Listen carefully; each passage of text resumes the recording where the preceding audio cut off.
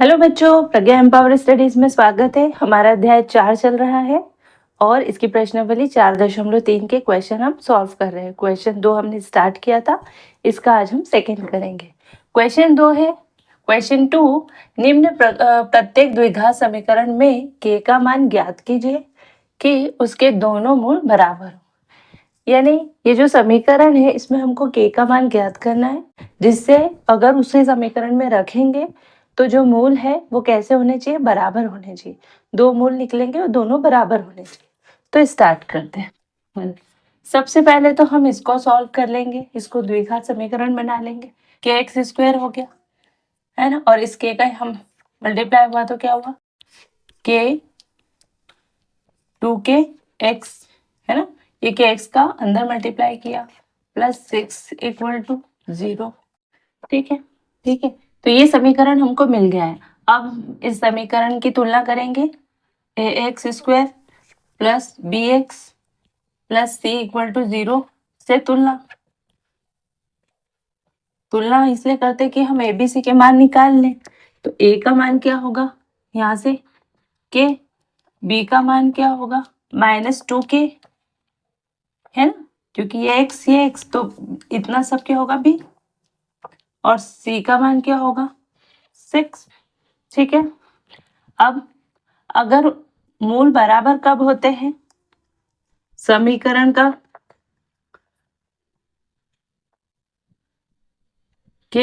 समीकरण के मूल बराबर होने के लिए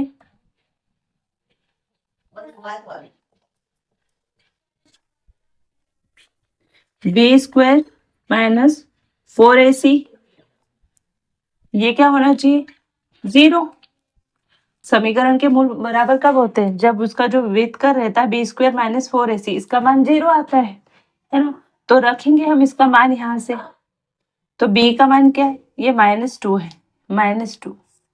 ठीक है, b का मान है -2, तो -2k स्क्वायर -4 इंटू a का मान क्या है k, और c का मान क्या है 6 बराबर 0। ठीक है, हमने क्या किया, इसमें यहाँ से ए बी सी के मान रख दिए। अब इसको हल करेंगे तो क्या होगा, ये माइनस तो प्लस हो जाएगा क्योंकि इसका स्क्वायर हो जाएगा, तो 2 से हो जाएगा 4k स्क्वायर, और ये क्या हो जाएगा 6 चौक 24 के इक्वल टू 0।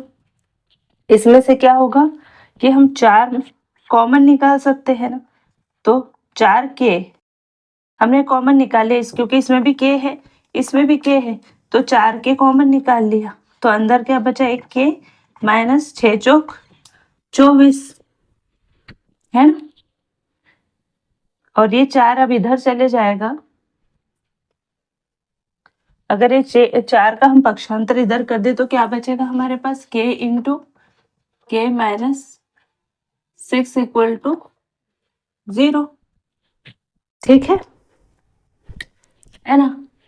अब यहाँ से ये 0 कब होगा, या तो k 0 हो जाए, ये 0 कब होगा, जब k का मान 0 हो, k बराबर 0 हो, या k -6 बराबर 0 हो। अगर ऐसा है तो क्या होगा, k का मान क्या हो जाएगा, ये 6 इधर चले आएगा तो माइनस से क्या होगा, प्लस का हो जाएगा। तो k का एक मान तो हमको 0 मिल गया और एक मान मिल गया 6। ठीक है, k के हमको 2 मान मिल गए। अगर हम यहाँ पे k का मान 0 मान लेंगे, k बराबर 0, तो ये 6 बराबर भी 0 होगा है ना। यहाँ पर अगर k का मान हमने 0 मान लिया तो ये क्या होगा 0 बराबर 6। तो ये हो सकता है क्या, 6 कभी 0 के बराबर हो सकता है, नहीं। चर वैल्यू 0 के बराबर हो सकती है, पर ये अचर है, 6 का मान तो 6 रहेगा, वो 0 के बराबर कब होगा, कभी नहीं होगा। तो ये जो k बराबर 0 है ना, ये गलत है, ये क्या है, संभव नहीं। k का मान 0, k बराबर 0 क्या है, संभव नहीं है। अतः k का मान क्या होगा 6, इसलिए k बराबर 6 रखने पर द्विघात समीकरण के मूल बराबर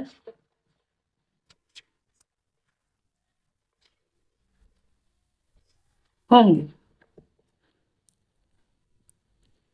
मैं एक बार और एक्सप्लेन कर देती हूँ। ये आपको क्वेश्चन दिया था ये समीकरण, तो हमने क्या किया, इस समीकरण का अंदर गुणा किया तो हमको ये द्विघात समीकरण मिल गया। इस द्विघात समीकरण की तुलना हमने इससे की मानक रूप से ax square plus bx plus c equal to 0 से तुलना की। तो a का मान आ गया k, b का मान आ गया -2k और c का मान क्या होगा 6। अब समीकरण के मूल बराबर कब होते हैं, जब b स्क्वायर माइनस 4ac का मान क्या होता है 0। तो हमको तो बराबर करने ही है, हमको तो k का ऐसा मान लाना है जिससे समीकरण के मूल बराबर हो जाए।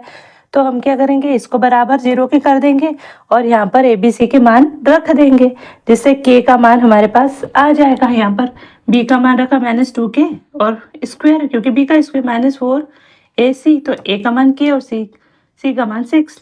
सोल्व किया, 4K square -24K equal to 0। तो इसमें से 4K हमने बाहर निकाल लिया और ये 4 का पक्षांतर यहाँ किया तो ये यहाँ गुणे में था, यहाँ पर जाके भाग में होगा। तो 0 के बटे में कुछ भी होता है तो 0 हो जाता है ना। जैसे 0 के बटे में 4 आएगा तो क्या होगा, 0 ही हो जाएगा। तो ये बचा क्या, k इंटू के -6 बराबर 0, ये बचा। अभी ये 0 कब होगा, या तो 0 k के मान 0 हो या k -6 बराबर 0 हो। अगर हमने k को ही 0 कर दिया तो ये तो क्या होगा, पूरा समीकरण में यहीं पर आप अगर k का मान रख दोगे 0 तो ये पूरा समीकरण ही 0, यानी 6 बराबर 0 हो जाएगा। यहाँ से भी आप देख सकते हो, है ना। यहाँ पे रखोगे k का मान 0 रख दोगे तो ये इतना खत्म हो जाएगा, तो 6 बराबर 0 बचेगा। तो क्या 6 बराबर 0 हो सकता है, नहीं। आप यहाँ भी अगर जैसे k -6 बराबर 0, यहाँ पर ही हम k का मान 0 रख दे तो -6 बराबर 0 हो रहा, -6 बराबर 0। तो ये पॉसिबल है क्या, ये k बराबर यहाँ k बराबर 6 है, तो ये k का मान 0 रखोगे तो 6 बराबर k हो सकता है क्या, नहीं। यानी k का मान हम समीकरण में यहाँ रखो चाहे यहाँ रखो, क्या होगा, 6 बराबर 0 आएगा। तो 6 बराबर 0 नहीं हो सकता, संभव नहीं है। इसलिए जो k का मान 0 है ना, ये संभव नहीं है, ये गलत है। समीकरण को रखने पर समीकरण खत्म हो जाएगा। तो हम k का मान क्या रखेंगे, फिर k -6 बराबर 0 लगाएंगे, है ना। तो k का मान क्या आएगा 6, तो k का मान 6 होगा ना, तब द्विघात समीकरण के मूल कैसे होंगे, बराबर। तो आपका आंसर क्या होगा, k बराबर 6। k बराबर 6 रखने पर या k का मान 6 रखने पर द्विघात समीकरण के मूल कैसे होंगे, बराबर। यही तो चाहिए था, k का मान ज्ञात करना, तो k का मान क्या होगा 6। ये क्या है आपका आंसर, k बराबर 6 रखने पर द्विघात समीकरण का मूल बराबर होगा। आई होप कि आपको क्वेश्चन अच्छे से समझ में आया होगा। वीडियो अच्छा लगे, अच्छे से समझ में आया तो वीडियो को लाइक कीजिएगा, चैनल पर नए हो तो सब्सक्राइब कीजिएगा, अपने फ्रेंड सर्कल में शेयर कीजिएगा। मिलते हैं नेक्स्ट वीडियो में, तब तक के लिए जय हिंद, जय भारत, थैंक यू।